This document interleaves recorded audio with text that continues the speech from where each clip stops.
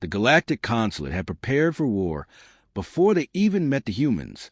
Every scout report, every intercepted transmission, every sensor reading painted Earth as a war world, a toxic sphere that somehow bred sentience and gravity too high, pressure too heavy, and weather too violent. The diplomats argued that these humans must be primitive brutes, strong but disorganized, dangerous in small doses. The generals disagreed. If they can survive that planet, said Admiral Cortez, then they will be monsters in armor. The consulate formed a coalition of 12 species.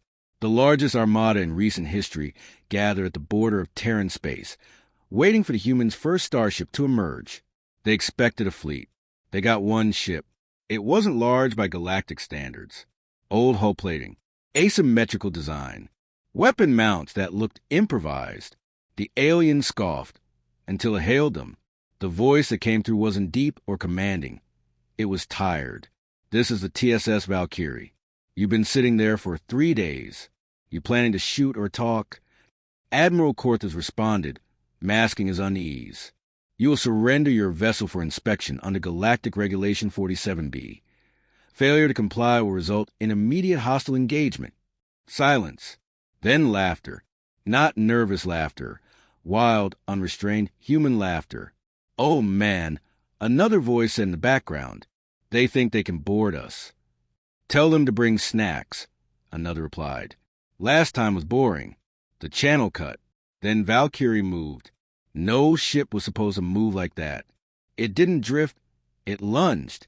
Its engines flared white-blue, and the vessel twisted through space, as if it didn't care about inertia.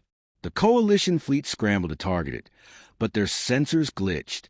The human ship flickered in and out of existence on the radar, 1 second too close, the next too far.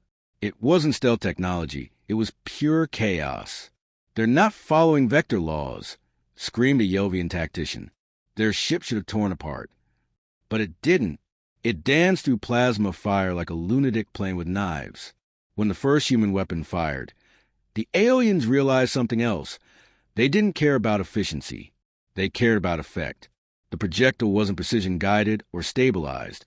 It was a slab of tungsten hurled at near-light speed. It cut through 3 warships before the sensors even registered it. The communications deck erupted in horror. Admiral, that was a mass driver slug. Who uses those in open space? Cortez whispered, Deathworlders.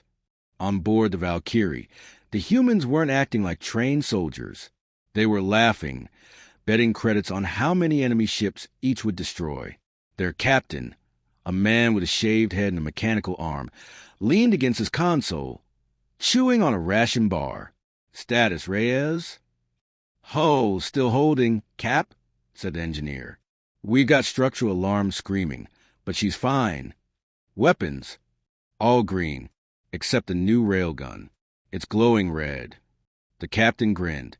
Then it's working. The aliens regrouped. The coalition had numbers, hundreds of ships to one. They formed tight formations, overlapping shields, layered missile fields. The Valkyrie stopped moving. The fleet's confidence returned. They've overheated. Shields are down. Cortez gave the order. All ships fire. Thousands of plasma bolts and missiles cross space. They struck Valkyrie dead on. The explosion was blinding. The aliens cheered. Then the cheering stopped. The human ship didn't explode. It peeled. Armor plates slid off, revealing a second hull beneath it, sleeker, darker, marked with strange glowing lines. Oh, hell, one alien whispered. It was shedding armor. The human captain's voice returned to open comms. You done? Good. Round 2. Then they unleashed the slingshot. It wasn't a weapon the aliens recognized. Their sensors screamed in confusion as the human ship spun up a gravitational pulse, using the mass of nearby moons to slingshot debris and asteroids directly into the fleet. The humans had turned celestial bodies into ammunition. One of the alien commanders begged for retreat. Another shouted, "It's just one ship." But it wasn't about numbers anymore. It was about psychology. The humans didn't fight like soldiers. They fought like predators that enjoyed the hunt. When they boarded the first enemy cruiser, it wasn't with disciplined squads.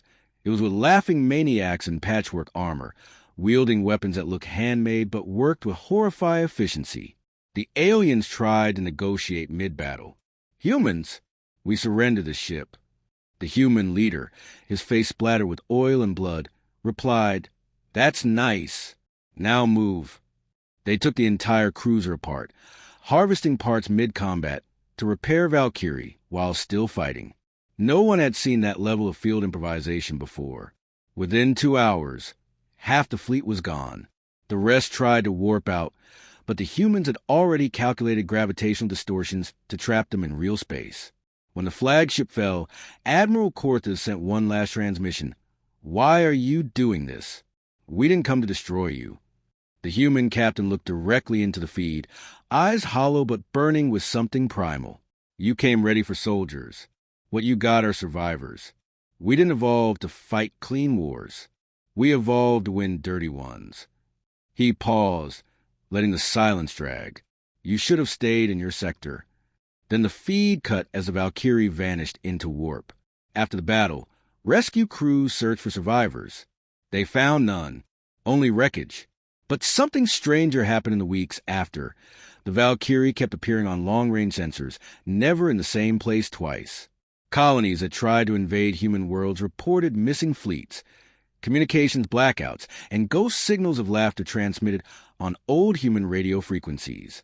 The Galactic Council eventually declared Terran space quarantined, not because humans demanded it, but because no one wanted to see what they'd send next. Decades later, cadets studying the first human contact war were shown recovered footage from the Valkyrie's black box. In it, one of the crew recorded a message. "If you're watching this, we didn't make it. But if you're thinking about fighting Earth, remember this. We don't fear death. We brought it with us." The video ended with the crew howling like wolves as their ship charged toward an entire fleet. Every alien watching that recording went silent, because deep down they understood they hadn't fought an army. They had awakened a species that had made extinction-level events a part of their natural history, and learned to smile through them. And somewhere in the dark, the Valkyrie kept flying, carrying the laughter of its mad crew across the stars.